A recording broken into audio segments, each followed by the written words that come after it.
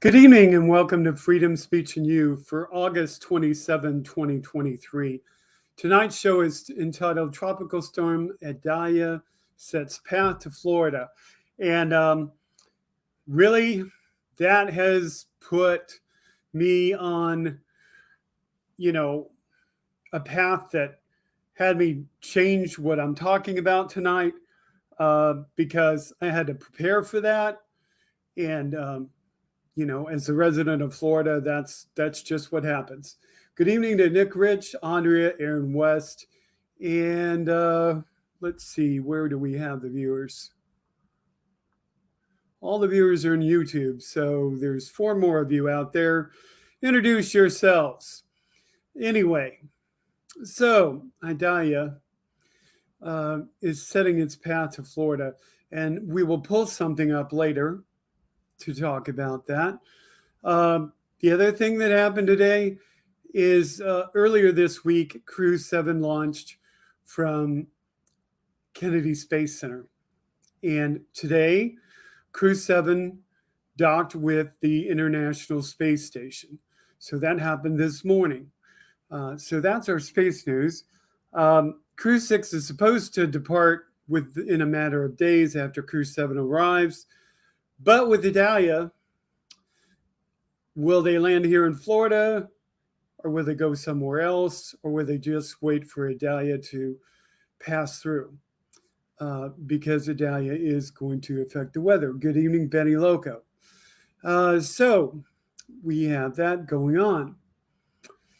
And I had planned to go over the Republican debate, but I never got to look at it myself. So I am not going to belabor the Republican debate in a 1-hour show because I haven't looked at it. I've seen the highlights.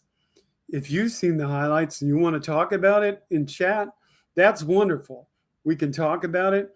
Maybe we can find the specific clip you're talking about. That would be awesome because the show is interactive. Okay. The other thing tonight is that when I finish my hour, Andrea is going to come on YouTube for more show. So get ready for that. I will get Andrea's link. I will toss that link up in the good evening, Benny Loco. Hola. I will toss that link up on the screen so that you can go there. If you're not already a subscriber, you should be a subscriber to Andrea's YouTube channel. And very shortly, we will test the Facebook and the Twitch, and she will get the license for this program so that she can do all 3 at the same time. But that's going to... Oh, she says, I'm not going on after you. Okay, I thought you were coming on tonight. Okay, well, false alarm. Next week, we will do that instead because we will have things going. Yes, we do have to do testing. Okay, got it. Miscommunication happens sometimes. Might go more than an hour then. We'll just see. So, here I am talking solo because I don't have all the links in front of me right away. But I will grab them, and I see 8 of you, and I don't know who the others of you are. So if you want to come in and introduce yourselves, fine. If you want to remain anonymous, fine. But hang in there really, really, really quickly. So what we're going to do is we're going to get some content. So hang in there.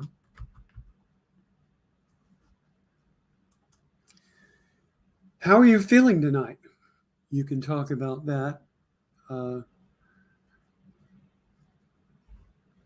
So, you can talk about that, how you're feeling tonight. But the first thing we're going to bring up is the hurricane.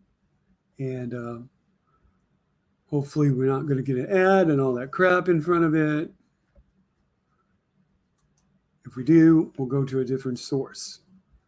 So here we go. I'm going to present the hurricane forecast from 3 hours ago.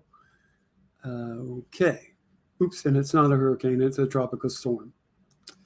But, a lot of people will make that mistake. So it's okay for me to make the mistake now, but not make the mistake later. Okay, let's see if we can make that bigger.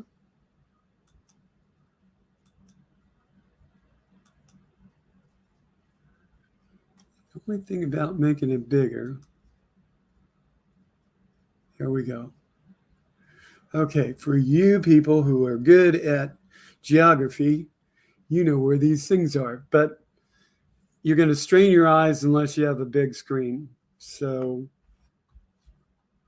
I don't know if I got a pointer, but basically, if you look at the living room screen that I'm on, which is Wes's room, okay?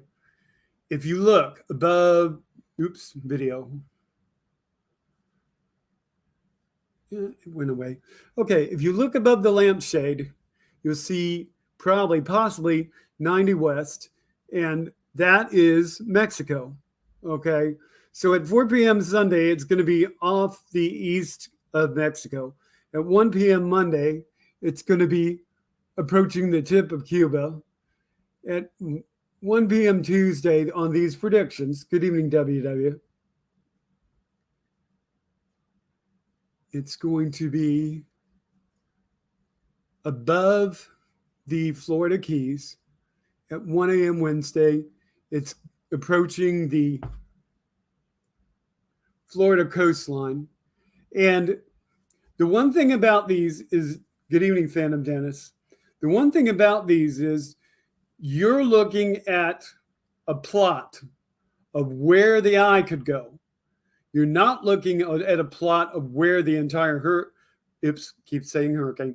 You're not looking at a plot where the entire tropical storm is going to go. You're looking at a plot of where the eye could go. So it could shift to the left, it could shift to the right, and my hands are going the other way because I have my camera reversed. So it's going to shift to the left, shift to the right. Okay. So depending on the size of the tropical storm, it could hit other areas besides this. And the inaccuracies are higher as we're farther out from these actual days because wind currents change, things change. So, as you get closer to the actual arrival of the tropical storm, these things can move. And we see that all the time. But this is the prediction from 4 p.m. Central Daylight Time. So 5 p.m. my time, Eastern Daylight Time. So roughly 2 hours and 41 minutes ago. However, these things actually come out a few minutes before the numbers, although sometimes they actually do come out at exactly that time, but sometimes they come out like 15 minutes before. It just depends. So if it's 4 p.m. Central Daylight Time, the next one is going to be 7 p.m. Central Daylight Time, which means the next one is going to appear in about 20 minutes if they're going on a 3-hour cycle.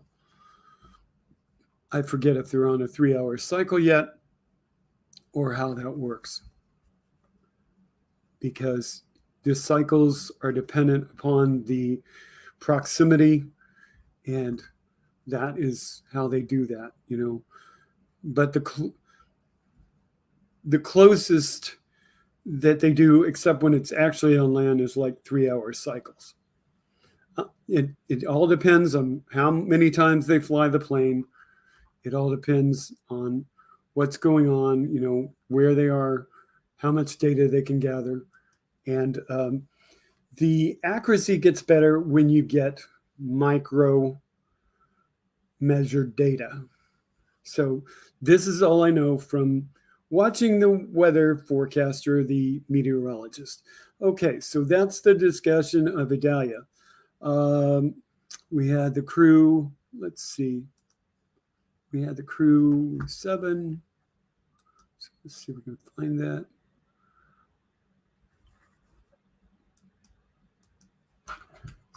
CREW 7 boards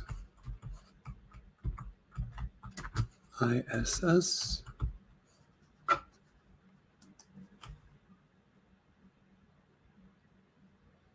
Okay, so this is about an 8-minute video, but it is somebody's video, and let's go NASA.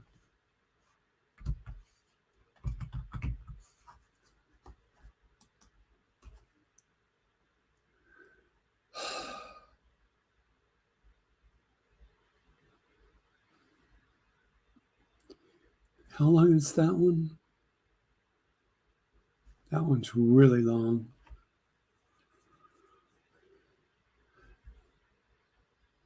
The trailer.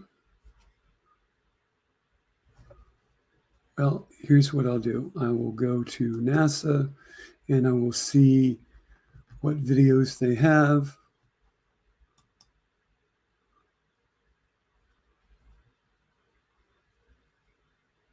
There's a trailer, but blah, blah, blah, blah, blah. And they have the live, of course.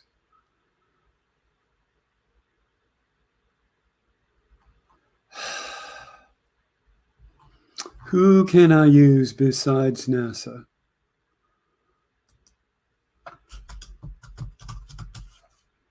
Try CBS News.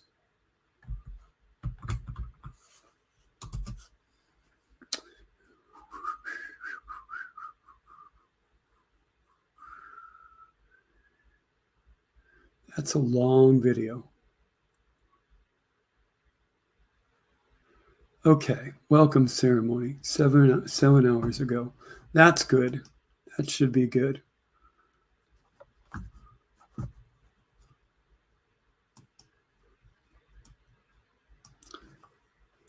Don't know if they play audio. And speaking of audio, okay, the levels are good.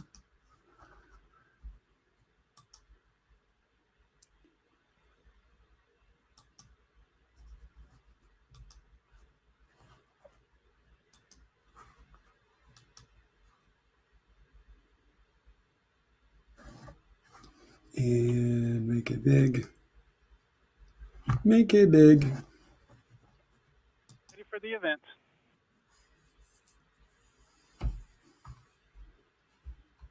Take myself out of the screen. Houston, this is Station. We are ready for the event. Station, please begin your welcoming remarks.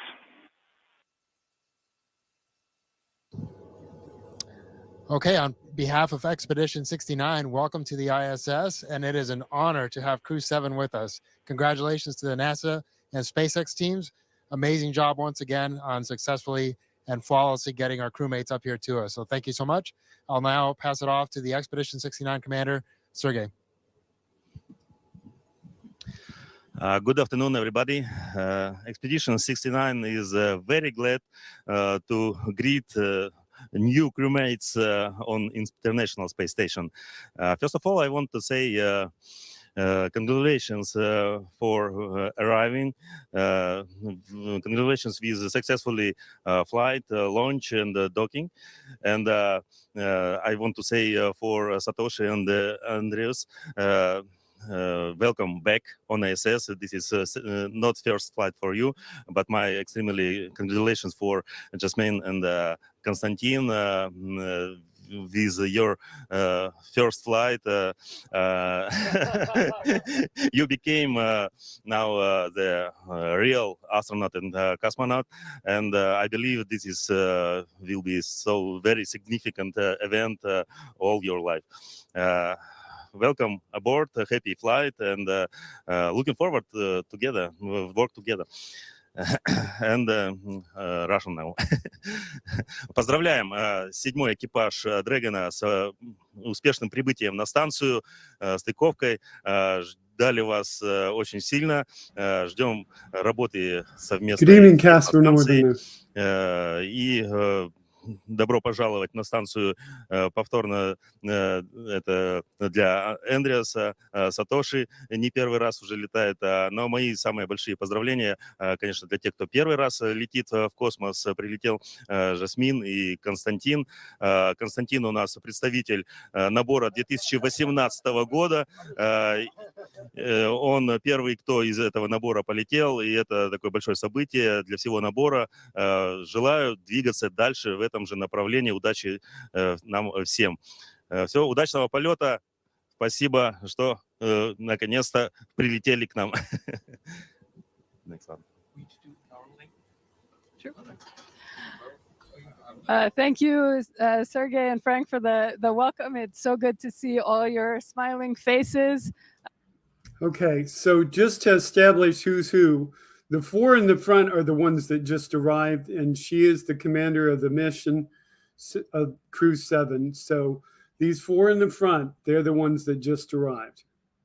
As you know, we've been training together for a while for this exact moment where we could join you and continue the amazing work that's done on the International Space Station. I want to echo the thanks to all the teams, SpaceX, NASA, ESA, JAXA, Roscosmos, and CSA for preparing us for this moment. I think we represent a good crew to be coming to the International Space Station. And I know for three of you, you've seen a lot of different crew come through. So we hope you teach us how to do things efficiently and effectively. And we're proud to join this team. Yeah, I can only echo Jasmine's words. We are incredibly happy and proud to be on board the space station with Expedition 69. We're looking forward to an incredible mission. Personally, I'm looking forward to continuing the work of the last many ESA astronauts. I have a lot of European experiments and Danish experiments, and I want to thank ESA for all of their hard work in preparing to get me here, and also everyone involved in Denmark. This is going to be a fantastic mission. And finally, just a few personal words til Cecilie, Emily, Frederik og Jakob. Jeg håber, I ser med. Jeg ved ikke, om I er på vej tilbage til Houston fra Florida, men jeg håber, I nød opsendelsen. Jeg glæder mig så meget til at tale med jer snart og se jer igen. Hej, jeg elsker jer. Hey, welcome, Jim the Geek. I'm very happy to be on the International Space Station, and I'm very excited to work in this brilliant international team. 日本の皆さん、仕事場である国際宇宙ステーションに着きました。この素晴らしい国際クルーの中で確実に仕事をしていきたいと思います。Question? Yeah, it's possible. I'm glad that I didn't ruin this first time. Very excited to be here. It's so hard to explain the feeling of seeing these guys here floating so easily.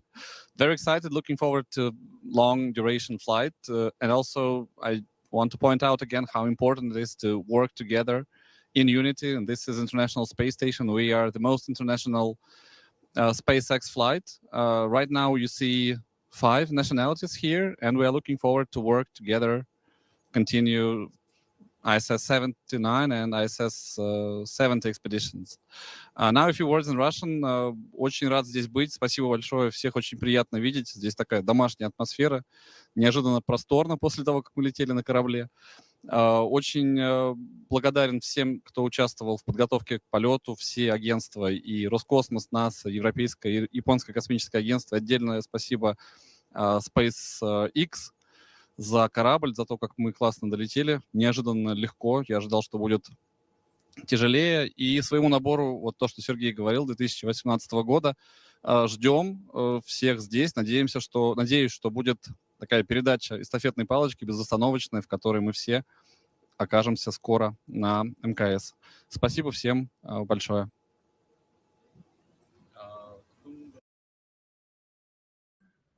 Okay, I paused it because I want to point out, if you can't read their insignia, the gentleman that just spoke is the cosmonaut from Russia. The gentleman in the picture to the right is the ESA astronaut. The lady is the American astronaut, and the final man on the far right of the picture in the front row is the JAXA astronaut or Japanese astronaut. So if you didn't know their nationality, now you know.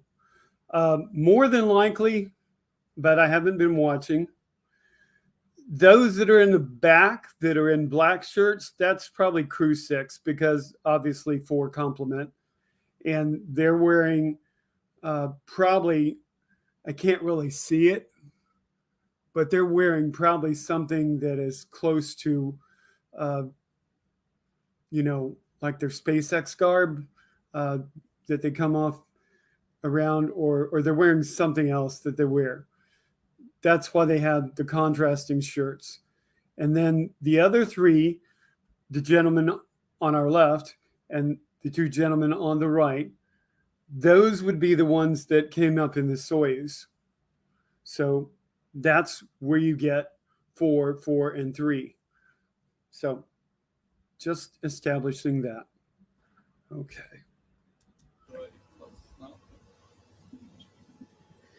All right, welcome to the team, and great words.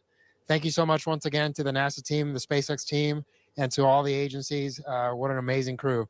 We look forward to the next few months, and we're going to have a lot of fun together. Station, this is Houston ACR. That concludes the event. Okay, I'm going to drop out of that video and come back to me. They're going to fly around and stuff, but really just wanted to see the ceremony, and I wanted to see it myself because I couldn't watch it this morning. I was busy doing other things. So you indulged me. Okay, we did mention,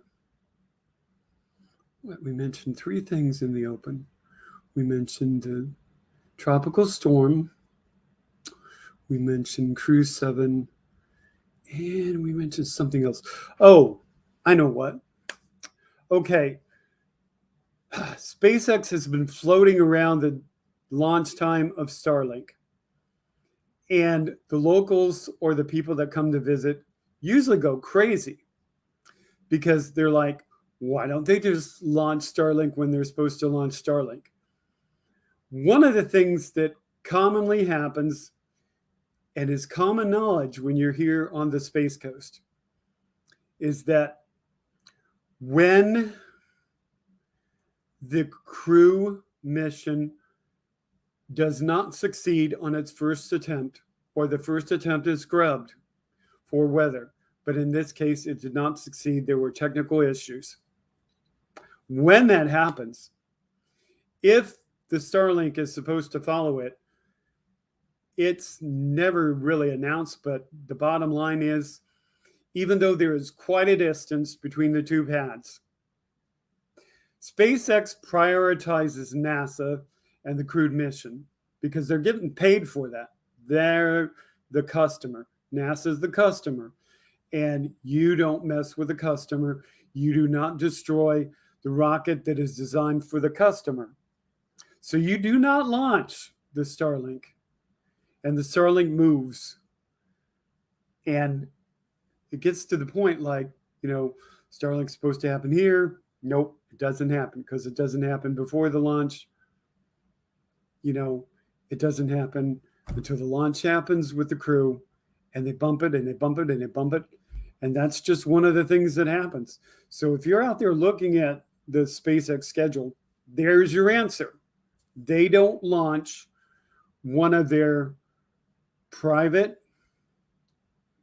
in-house rockets for their own personal gain to launch Starlink. They launch the NASA mission first. So it's really fun if you're like going, okay, I missed this thing and I'm going to get to see this other rocket, and you're here in the Space Coast, and it's like, no, you're not, because you're not going to get to see it until crew is up and on the way to the ISS. Don't need a video for that. That's just some local information. That's something you should know if you're ever going to come here, if you're going to watch a rocket.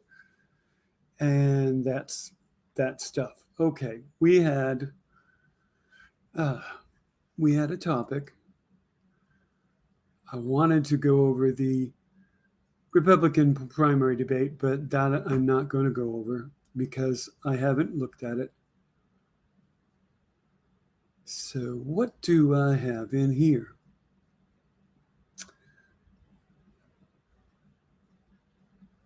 Did you see this one? And I don't know if he made was Doug Burnham at the debate the other night? See, I didn't see the debate. So audience, was he at the debate?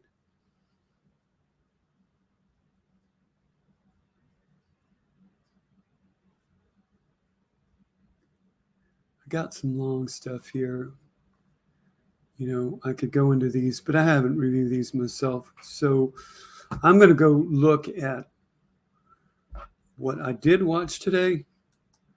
And I'm going to talk about that because I can talk about something that I actually did watch. So, Meet the Press.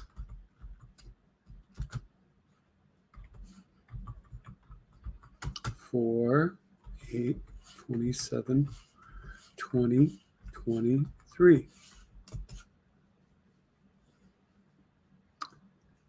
August 27, full broadcast, 47 minutes. So, yep, okay. Not going to watch the whole thing. I'm going to watch bits and pieces.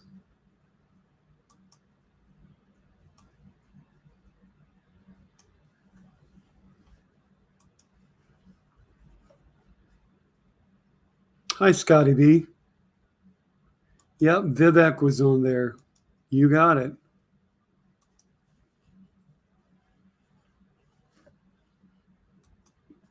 That dude is different, interesting, not like any other candidate.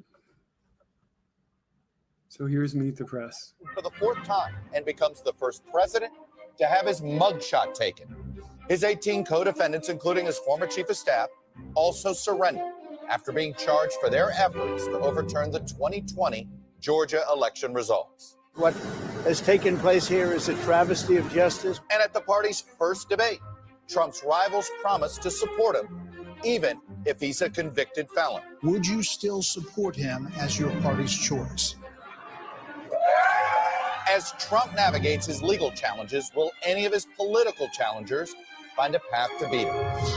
Plus, stealing the spotlight, he grabbed all the attention in the first Republican primary debate. If you have a broken car, you don't turn over the keys to the people who broke it again. You hand it over to a new generation to actually fix the problem. Now is not the time for on-the-job training. I've had enough already tonight of a guy who sounds like ChatGPT standing up here. Vivek Ramaswamy, the millennial entrepreneur who has never held political office, is facing intense scrutiny over his views. You have no foreign policy experience, and it shows. And you know what? I'll talk to the political outsider who clashed the most with his GOP rival. And 2024 vision. Senator Bernie Sanders issues a warning to Democrats about how to win the future. There has got to be an ideological change of course. I'll ask President Biden's chief rival from 2020 what he wants to see the Democrats focus on for a second Biden term. Joining me for insight and analysis are former Democratic Congresswoman Stephanie Murphy of Florida, former Republican governor of North Carolina, Pat McCrory, Danielle Pletka of the American Enterprise Institute, and Marcos Molitzis, the founder of Daily Kos. Welcome to Sunday. It's Meet the Press. Okay, I'm going to stop it there. So you see what all was on this show. And what I'm going to do is I'm going to shuttle to the things that I want to talk about. So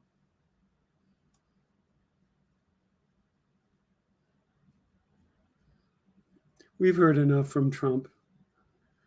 You know, his statement, whatever the phrasing was, that this is a travesty of justice. The only travesty of justice is the man is not behind bars. So I'm going to shuttle through this.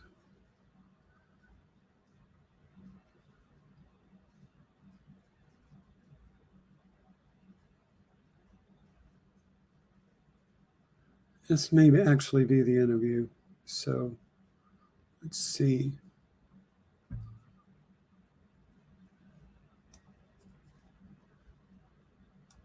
Both the FBI and DHS in the last 2 years have said that racially motivated violent extremism Hi, is on the TV2 Live. rise. This is clearly part of that. What would a President Ramaswamy want the Justice Department to do about this racially motivated violence that we're seeing on the rise? I think that every criminal deserves to be punished to the fullest extent of the law, especially when they're carrying out premeditated crimes like this one. This is a heinous crime. My heart goes out to the families who were affected by this. It is tragic, and this should not be happening in the United States of America. I think the fact of the matter is, Chuck, it is really just a symptom of a deeper, new form of national division that we have created.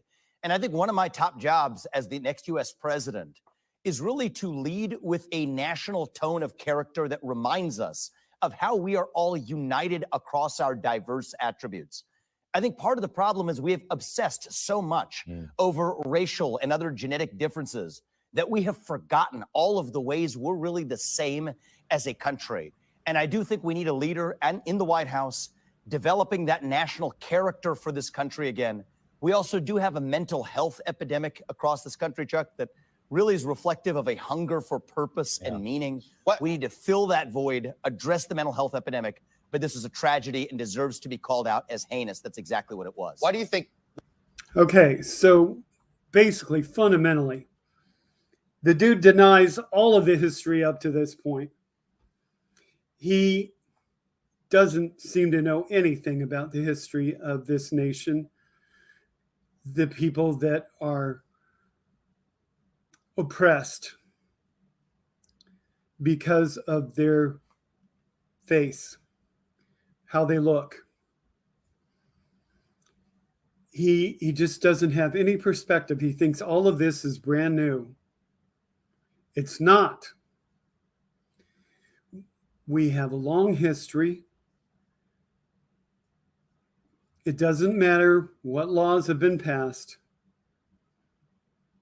It doesn't matter that a person of color was given the right to vote.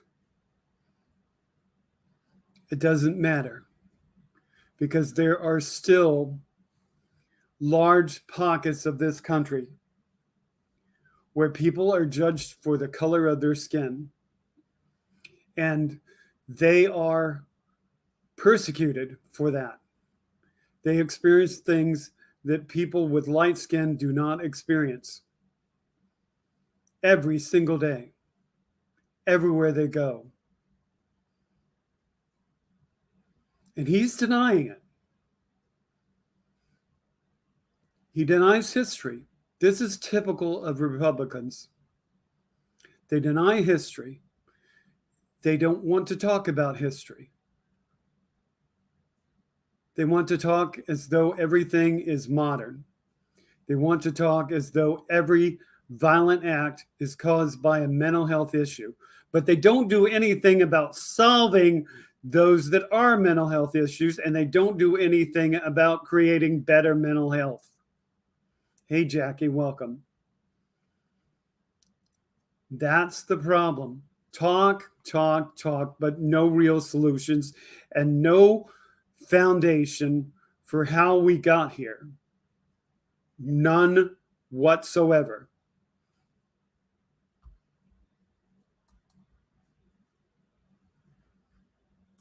There are more race-based violent crimes on the right than on the left. Why is this a lot more pervasive on the right? Well, the fact of the matter is, I think that there's a lot more violence that's also pervasive in parts of the country that supposedly are left-wing voter bases. So I don't think this is a left versus right issue, and I don't think we should try to politicize this through partisan goggles either, Chuck, especially in the wake of a tragedy like this. It's both siderism again. It's both siderism. We've heard it over and over again. Makes you sick. Like this one. The fact is, there Do you are ignore more the black manifesto? men dying on the south side of Chicago. Do you ignore the elements that allowed this manifesto to spread online, and that what we're, it does feel as if social media connects some of these hateful ideologies. So I'm going to scroll a little bit here, because he could keep talking about the same thing, and I think we should go to another topic.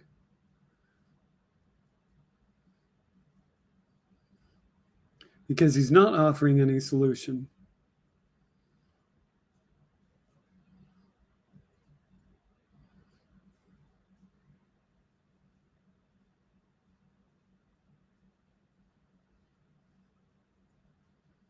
Looking at the captions, what do we have to say?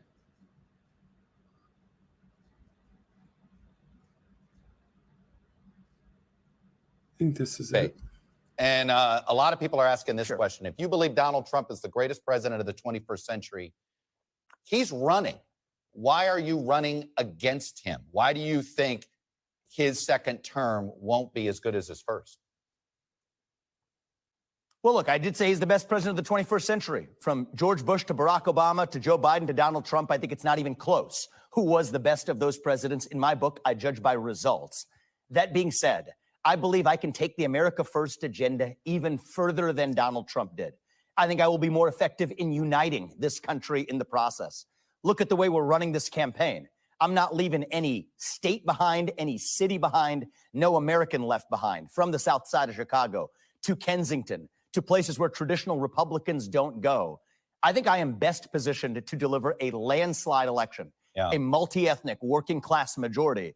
And I do think that a landslide is what we need in this country, not another 50.1 election.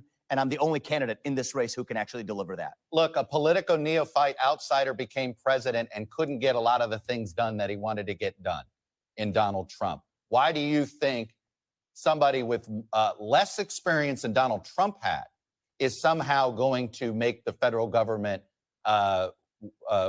function in a way that you're outlining? So I think there's three things I would say. The first is we have that experience to learn from. I want to build on the foundation that Trump laid. Frankly, I will invite him as an advisor and a mentor. I don't want to relearn the same lessons. I want to pick up where he left off in taking on the administrative state. The second thing, Chuck, is I do think it needs to be an outsider to take on that administrative state, but I also think it needs to be an outsider who has a deep first personal understanding of the laws and constitution of this country.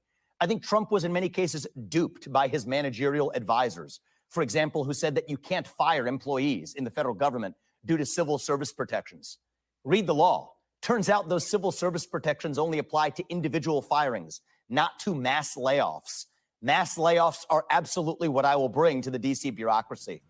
And I think the fact that I am from a different generation, Chuck, will be an asset.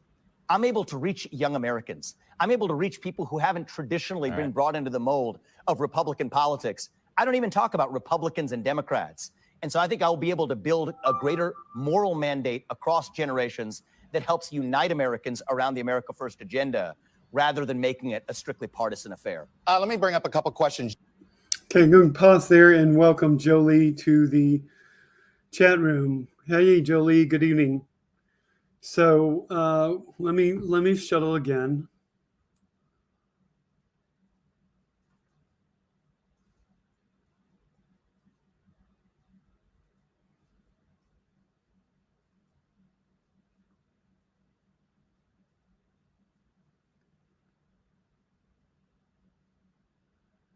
He talks about a nation of victims. You know, this is the typical dialogue. I don't really want to play this, but, you know, the Republicans bring up this dialogue where they think that every time someone decries their real life situation, they're just playing victims.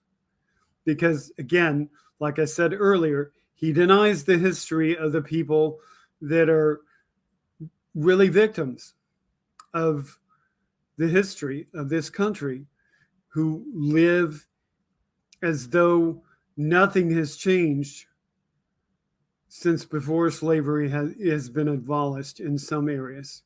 So I'm not really going to play that part because he could just anger you.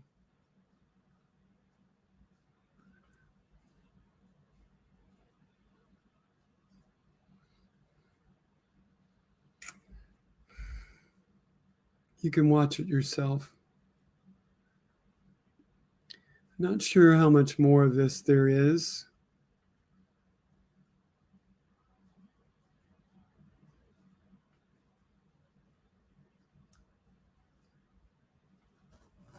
What do we have here? Victimhood. We did have a victimhood culture that started on the left in this country. No, he's still talking about the same subject. I've heard enough of that. I don't think you want to hear it either. He goes on and on and on about that, and it is just disgusting.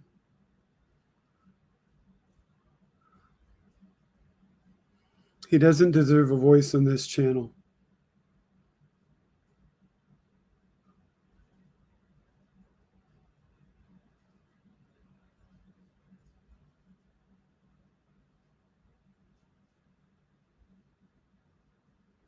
What does he say? Okay, he wasn't thrilled by the previous candidates, McCain or Barack Obama and stuff. This is 2016. Part. That is accurate because I had grown up in a generation where I felt like we had been lied to, from weapons of mass destruction in Iraq to the 2008 financial bailouts. Those are Republican examples, to Democrat examples of the Russia collusion hoax. So I was deeply skeptical, but I judged based on results and I voted for him with confidence in 2020. Vivek Ramaswamy, like I said, you became the center of the debate. We will be following your campaign as it goes on. Be safe on the trail, and thanks for coming on and sharing your views. Thank you, Chuck. I appreciate it. When we come back, what is the Biden second-term agenda? Senator. Okay, so Bernie Sanders is going to come on. This is the other thing that I want to see. I think it's right about here. Might have an introductory. Own political future. Early presidential states where he won both the 2016 and 2020 primaries to share what he called his concrete agenda for the future of the Democratic Party at the New Hampshire Institute of Politics. Of course, when you go to New Hampshire, it sparks some speculation about his own political future. It is no secret that I want Joe Biden to be reelected president. If that is going to happen, if we are going to defeat creeping authoritarianism and right-wing extremism, there has got to be an ideological change of course. The independent senator from Vermont, Bernie Sanders, joins me now. Senator Sanders, welcome back to Meet the Press. Thank you for having me. So the fact that you felt the need to do this, should we read into the fact that you don't believe there's a second-term agenda yet that Americans can wrap their head around for what a second Biden term would look like? No. I think what you can read into that is that Biden has every right to be proud of a long series of accomplishments. You know, 2.5, 3 years ago, this country was in the worst economic downturn since the Great Depression because of COVID. Today, unemployment is all of 3%. We're gaining new jobs, rebuilding manufacturing. We've invested in the infrastructure. We're making progress, and Biden has a right to be proud of that. The point of my remarks is that you cannot simply, as President of the United States, rest on your laurels. What you have got to understand is that today, for structural reasons that have gone on for decades, tens and tens of millions of people are struggling to put food on the table. They can't afford health care. They can't afford prescription drugs. They can't afford housing. They can't afford childcare. And meanwhile, in the midst of all of that, you have incredible corporate greed, and the billionaire class has never done better. So my message yesterday for the Democrats, not just for the president, is if you want to do well in this election, talk to the needs of the American people, have the guts to take on the big money interests who have so much power. It sounds like you don't think the phrase finish the job is something to rally around, that there needs to be more than that. Yes, you need to recognize that not only have we accomplished a great deal in Biden's first 3 years, and he deserves credit for that, but there are so many long-term problems that this country is facing. Does anybody in America think that our healthcare system is working? And yet the insurance companies make tens of billions of dollars, drug companies make tens of billions of dollars. We don't have enough doctors, nurses, mental health providers, pharmacists, dentists. So we need fundamental reform in healthcare. And by the way, the existential issue of our time is whether or not we address climate change. And we have made some steps forward. But there is no question in my mind, if we're going to provide allow our kids and grandchildren to live on a healthy planet, we've got a lot more to do. Do you think they're... Okay, I'm going to pause there. I bet you 100% agree with Bernie. He is dead on accurate. So there are a few other things that I would say there too. We have Build Back Better. It is helping a lot of people, the ones that are getting employed by it. But we have people in various parts of this country whose lives are not touched by it. Maybe because their roads are in good repair. Maybe because they already have infrastructure in their city. And they are struggling because they are struggling with low incomes while these companies make big profits. They are struggling with high cost of living in a house or an apartment. They're struggling with increase in prices as the supply chain remains not what it was before COVID. They are struggling with getting medications because medications are in short supply in some cases. And sometimes those medications are in short supply because people are using them for things they're not really supposed to be used for. Like in the case of medicines that are designed to help diabetics, for instance. Medicines that are used every week to help a diabetic regulate their blood sugar and help them lose weight.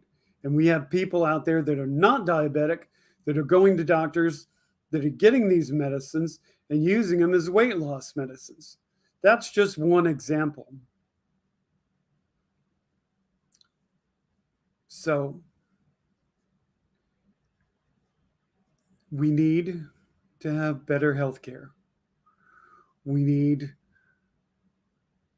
essentially, the president needs to speak to every person about their issues.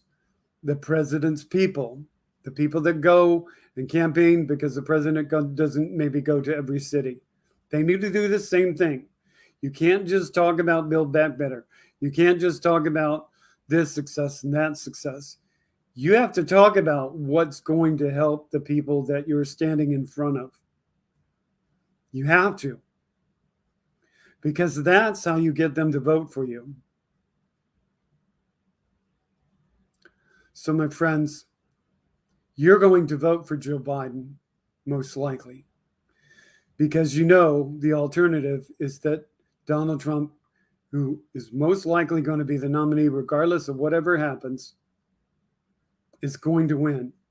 Or if he doesn't win, somebody else is going to win that's worse. DeSantis, Vivek,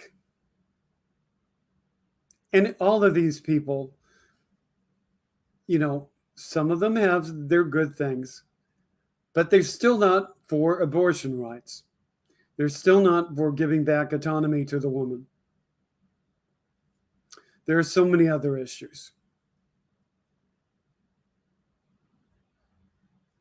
The Democratic Party is the home of the big tent that lets everybody in, that lets everybody be themselves, that gives us the actual freedom that the Constitution dictates, not just tiny sections of it, the whole thing. And and it expands it if it gets in power in the executive and both legislative branches. And that's what we need to do. We need to vote. We need to have that happen. We've still got the Supreme Court. A lot of people would like to expand it. But there is a risk in expanding it, because when you expand it, at some point, the other side puts more of their people in there, and they stack the deck even more. It seems really good to expand it now, but you look at the environment that we're in, and there's no guarantee that if you expand it, you will get people that support our ideals. So there. Let's go back to what Bernie's talking about. Let me bring myself down in the video. And let's see what else he talked about. Be a robust discussion on this on the left if there were a competitive primary? Do you think there should be? Well, what I think in this particular time, this particular moment in American history, when we're taking on somebody, the former president, who in fact does not believe in democracy, he's an authoritarian and a very, very dangerous person. I think at this moment, there has got to be a unification of progressive people in general all over this country, people who are prepared to make sure that women control their own body, that we deal with climate change, that we represent the needs of the working class of this country and take on the billionaire class. One way that you make it clear that age isn't a factor with you is you're pretty energetic. We see you travel the country. You show up on, you do interviews. It is clearly an issue for many voters when it comes to President Biden. He's a year younger than you. You have advice to him on how he should assuage those concerns in the public about his age? Look, when people look at a candidate, whether it's Joe Biden or Trump or Bernie Sanders, anybody else, they have to evaluate a whole lot of factors. I met with the president, 5 or 6 weeks ago. We had a great discussion. He seemed fine to me. But I think at the end of the day, what we have got to ask ourselves is, what do people stand for? Do you believe the women have a right to control their own bodies? Well, the president has been strong on that. Do you think that climate change is real? Or do you agree with the Republicans that it's a non-issue? Do you think we should raise the minimum wage? Do you think we should reform and take on the pharmaceutical industry? So age is an issue, Chuck, but there are a lot of broader issues than just that. Let me ask you about Cornel West. He was a co-chair of your campaign in 2020. He's flirting with a Green Party bid for president. The numbers tell the story between 2016 and 2020. You can directly correlate the two third-party candidates, their collective total. That was the difference between Biden winning states and Clinton losing those key states. Are you trying to discourage Cornel West from running?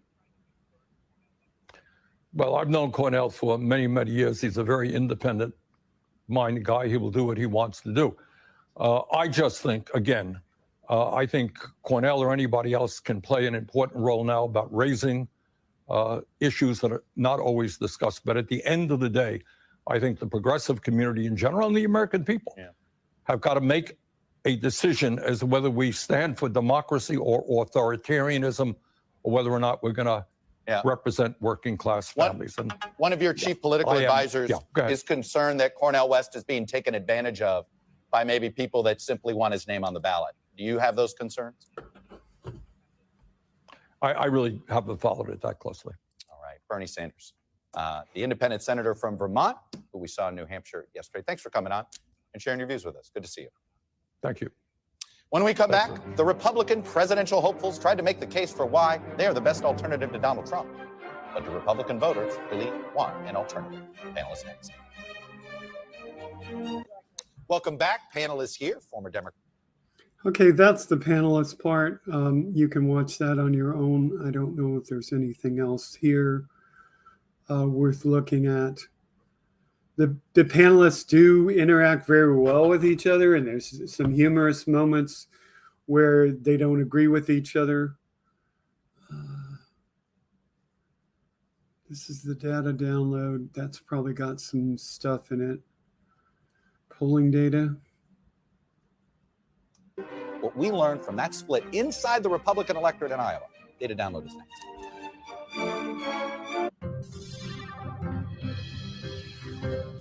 Welcome back. It's data download time. There are a lot of ways to try to understand the 2024 Republican primary electorate, but we got some new data that suggests one of the more crucial splits, maybe between those Republicans who believe Donald Trump won the 2020 election and those who don't believe and actually acknowledge that the former president lost. Let me show you here. It's almost a pretty even split.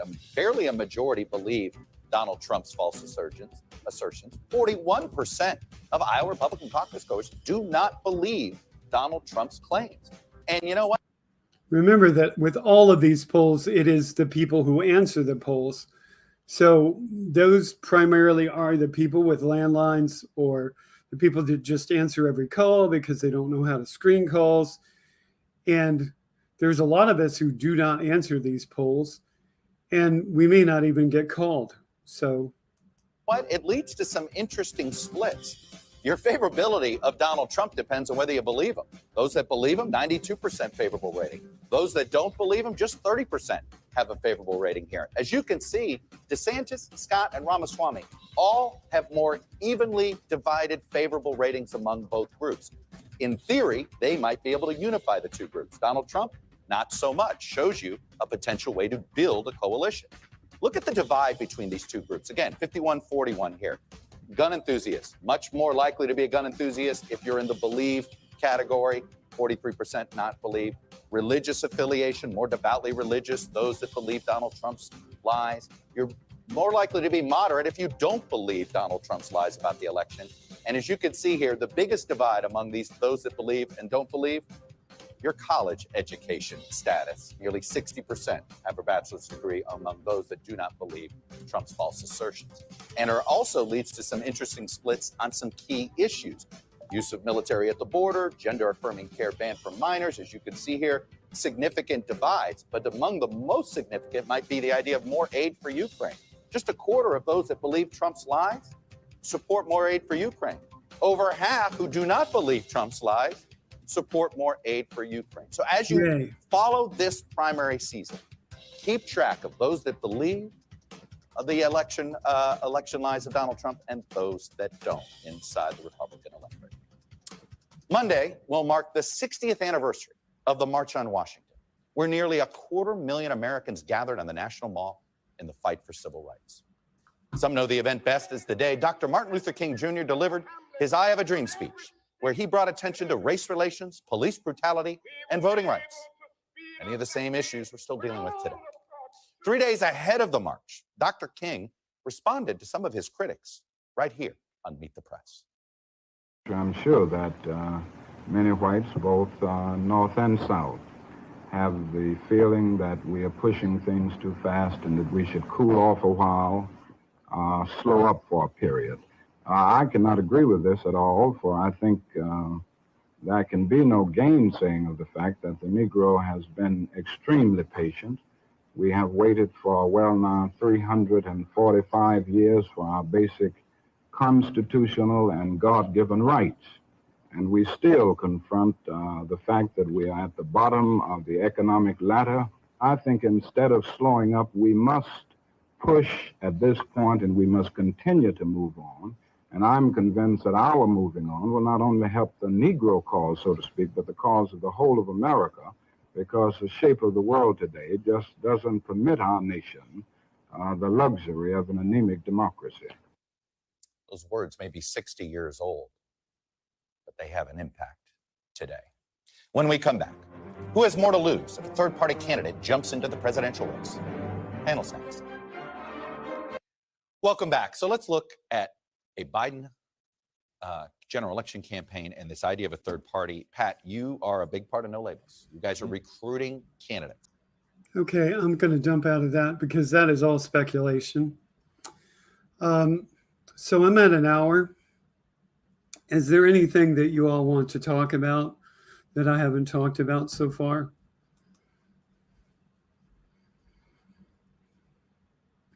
Is there anything you want to talk about tonight? Was there a question that you had that didn't get answered? Was there a statement that you made that got overlooked? This is your time, the audience. This is your time. This evening has been impromptu. The Senate's demolition bill.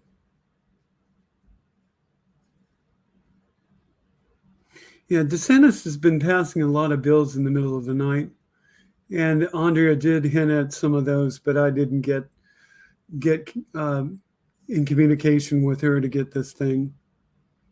DeSantis demolition bill.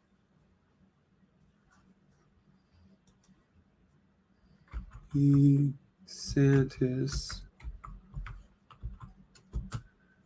demolition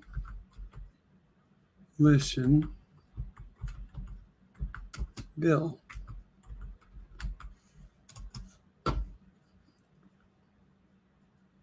Florida politics. No, that's old.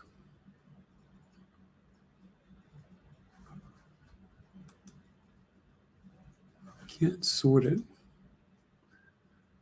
All that stuff is too old.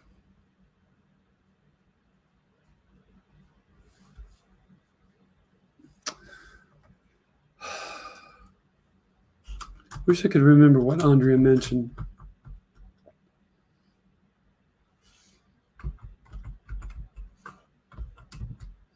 Just tried DeSantis bills this week.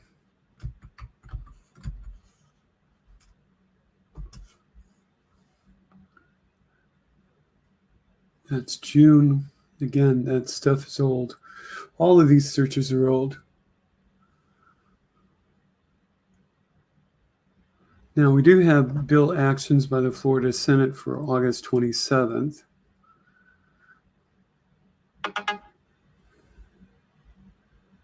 Law about not using cell phones. Ah, yes, that's right. That's the one you talked about. Thank you very much. That was the one we were talking about earlier. That's the one we wanted to talk about tonight. So,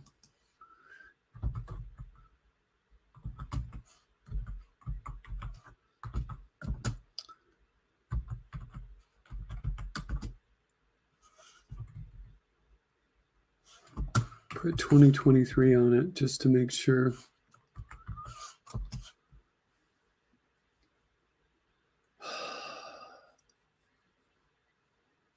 This has August 10 date, so I think that's close enough. And it's Pensacola News Journal. And so let's see. That should be presentable.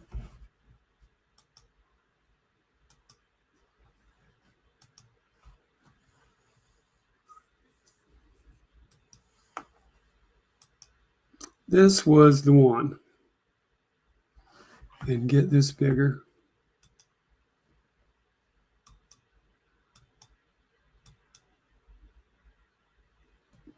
Bunch of ads.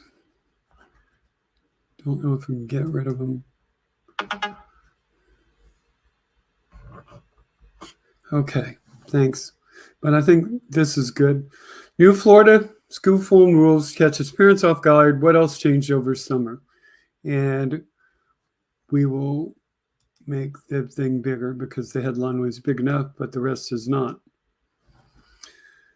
Florida schools are officially in session, and many parents are just finding out about a suite of new laws that passed during the 2023 legislative session and how they will impact them.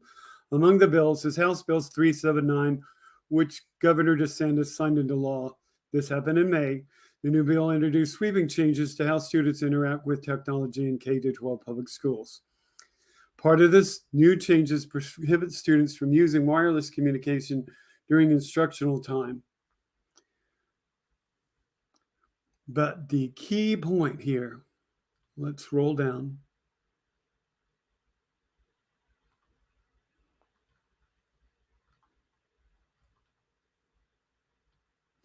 The new school rule effectively bans the use of phones and other wireless communication devices. Teachers must establish a designated area for phones. The new law leaves one area of concern for parents worried about losing direct communication with their children via mobile devices. Exceptions to the new law are left to the teacher's sole discretion and seemingly only apply for educational purposes.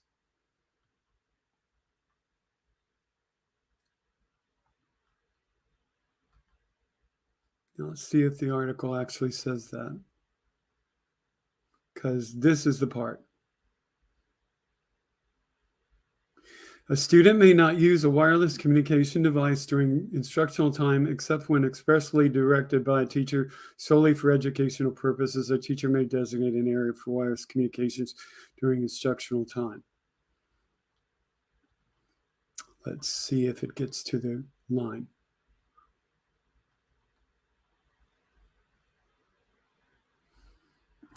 Let's see the one that she put in email.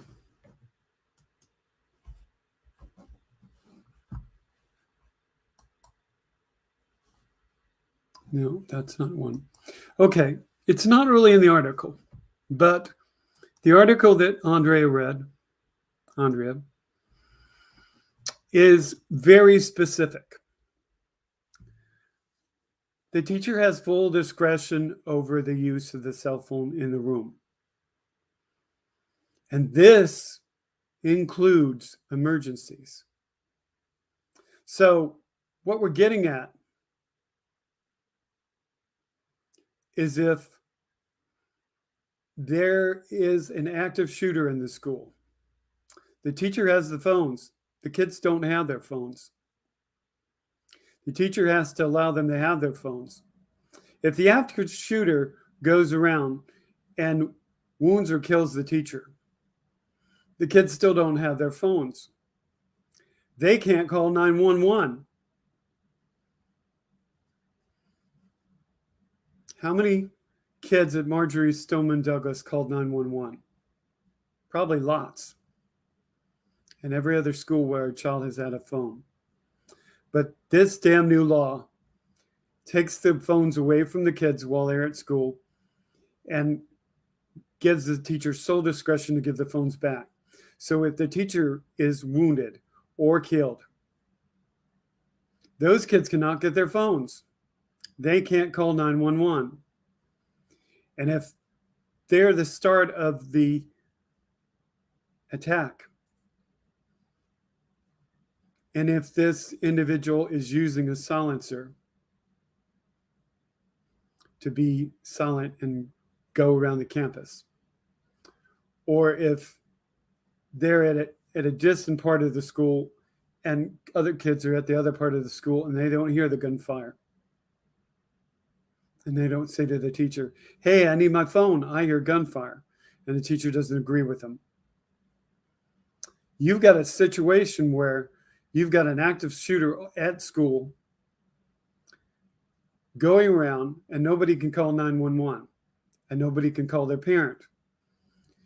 And, you know, the news is going to find out about the active shooter and the thing's going to come on and parents are going to wonder, why did my kid call? So that is the diabolical part of this new law. Very diabolical. Because to me, as an outsider, speculating,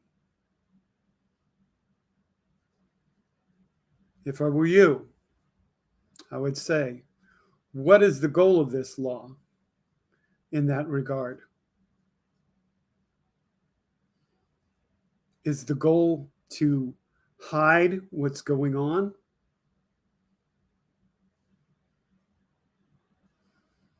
Is the goal to say that the school officials have full discretion about reporting dangerous events?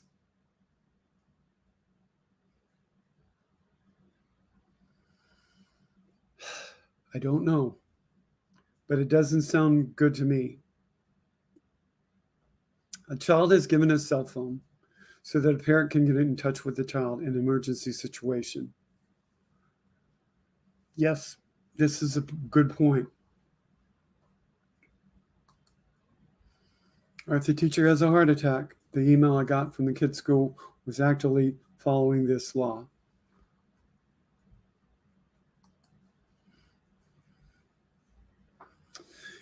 What are we dealing with here, my friends?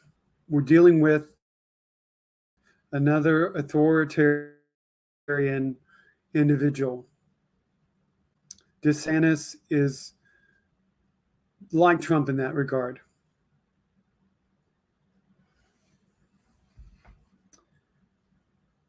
He doesn't have all the baggage that Trump has, but he's not likable. He doesn't have a voice that you can stand to listen to. I can't. I hope America does not vote for this man. I hope that traditional value of people voting for somebody that they really can identify with. I mean, there are dumbasses who can identify with this man because they're authoritarians. They don't believe in the Constitution. Yes, he's twice as evil as Trump, as Benny Loco says. He's strange, says WW. So there, that's the final story for tonight. Are you all satisfied with the show? Did you get enough show? Hey, look, I talked through the whole show without drinking water. 1 hour and 14 minutes. Isn't that amazing? Wow. Of course, I wasn't talking the whole time, but still, I talked through the whole show without needing water. Far too many people are comfortable being dominated and controlled. Yes, they do, because they fear the others who are out of control in their eyes. That is crazy, says Casper Northerner. Yep, it is. So that's what's going on. He passes these things with the Florida legislature that is predominantly Republican in the middle of the night.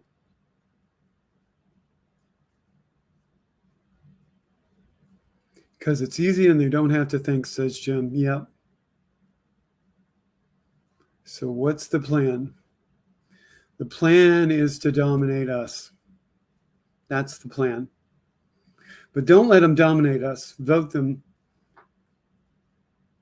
away. Vote for Joe Biden. Vote for the other Democrats. Vote for the people that are really going to have your back. Vote for the people that really know what the Constitution means.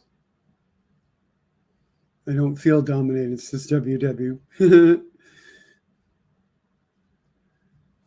Okay, we're going to put this up. Next week, I will be on next week to introduce freedom of speech in U2. Right. And considering how I feel, I might be on with the start of the show and then toss over to Andrea. We'll see what happens. If I don't feel good enough to do that, we'll just go straight to Andrea. And my channels will announce where to go to see Andrea's channels if you haven't subscribed yet or followed. So that's the thing. We have to have distinct channels in order to make this work.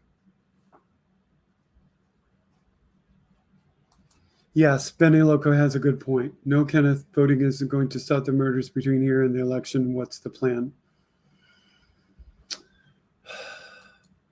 Got to get a lot more Democrats. It's unfortunate that people are going to die because we don't have the proper laws to control the people that are out of control, that are committing all this violence. We don't have gun control. We should have it. We don't have it.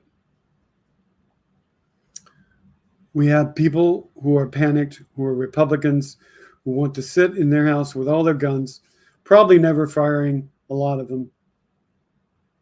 And because that's what they want, we have out of control guns in the hands of other people because there's not enough regulation to control the guns. It is very sad. Benny Loco says, marching on the mall.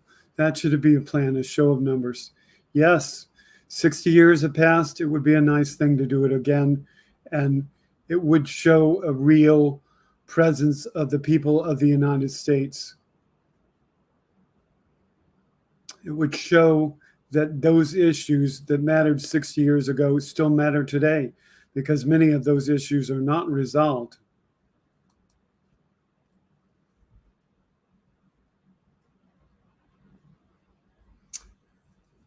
Jim.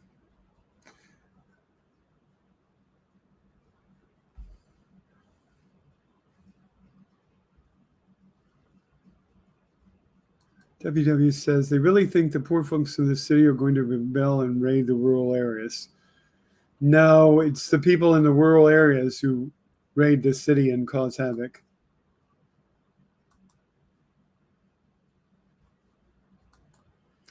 Benny Lucas says, real Americans for real America. Indeed.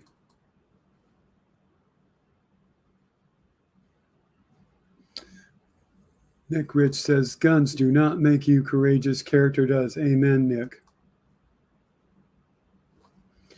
Okay, so I think it's time to wrap up the show.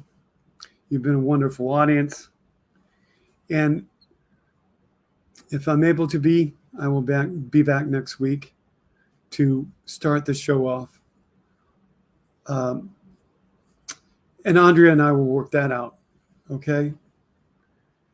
There was a miscommunication tonight about what was happening tonight. Because, quite frankly, I want you to get the most show, even if I can't be the one to deliver it. So that's my fault. Benny Loco says, I'll meet you at the mall. Takes a whole new meaning. Yes, the Washington Mall. Casper says, thanks, Ken. Listen all, take care. Have a great week. And we'll come back with more topics, one of us, myself or Andrea, or both. Just wait and see. Freedom of Speech and You is for you. And we are here every week. Unless we have technical issues or unless this tropical storm leaves us without power. That is the one reason we wouldn't be on next week. So stay tuned for that. And keep your heads up. Keep voting for less evil. And remember, you are the real Americans. Good night.